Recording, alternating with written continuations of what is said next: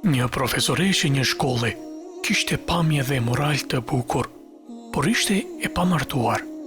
Andaj njëherë shoqet e saja e pyetën: "Pse nuk je martuar deri tani?"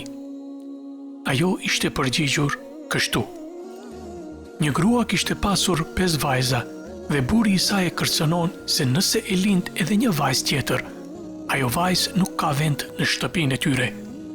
Gruaja pas një kohë e lind një vajzë dhe burri i saj e mori atë vajzë dhe e la para xhamis pas namazit të Yasis, duke shpresuar se dikush nga njerëzit do ta merr. Kur u kthye në namazin e sabahut, e pa se vajza e tij është në të njëjtin vend. Ai këtë veprim e përsëriti 7 ditë, ndërsa nëna çdo natë i këndonte asaj Kur'an.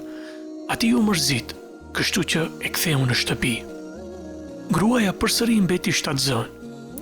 Ka frika se përsëri do të jetë vajzë, por Allahu i dha djalë. Pas një periudhe të shkurtër i vdiq vajza më e madhe dhe pastaj nëna lindi 5 djem dhe i vdiqën edhe 5 vajzat. Mbeti ajo më e vogla, prej të cilës babai donte të shpëtonte. Profesoresha i pyeti shoqet: "A e dini se cila është ajo vajza që babai i saj dëshironte që të shpëtoj prej saj?" "Ajo jam unë. Dhe arsyeja pse unë nuk u martova është sepse babai im është plak, kurse nëna ka vdekur dhe nuk ka askush që të kujdeset për të.